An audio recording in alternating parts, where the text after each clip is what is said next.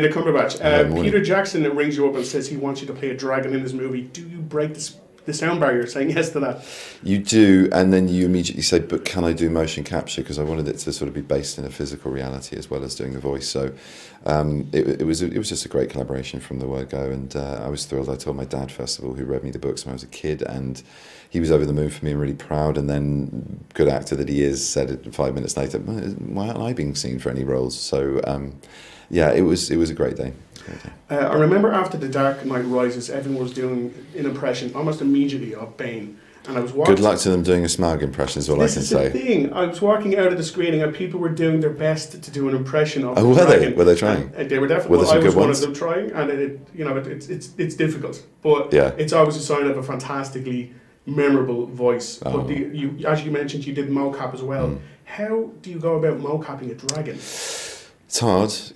I'll give you that. As a biped mammal, there are limitations to playing a fire-breathing serpent of Middle-earth. But, you know, I went to the reptile house at London Zoo, I did my animal study, and then I just tried to draw in the human characteristics as well for the flavour and kind of dynamic of him physically. Because while he's a mythical creature and there are elements of a reptile in that, he is really charismatic. I mean, he's got there are huge shifts and mercurial swings and roundabouts with how he treats Bilbo. He's trying to eke out information and then sort of manipulate him into feeling that he's being betrayed and just hung out to dry. And then there's obviously the all-out bawling of fire rage monster that he becomes. But, you know, there's venality and greed and pride and arrogance and charm and all sorts of fluid and pretty negative human aspects to the guy. So, but to physicalize that, you know, I started by just squeezing my legs together, pretending the rest of my body was a tail. These became the only things I could kind of move with, sliding myself across the floor on my belly and rearing myself up and using my hands as sort of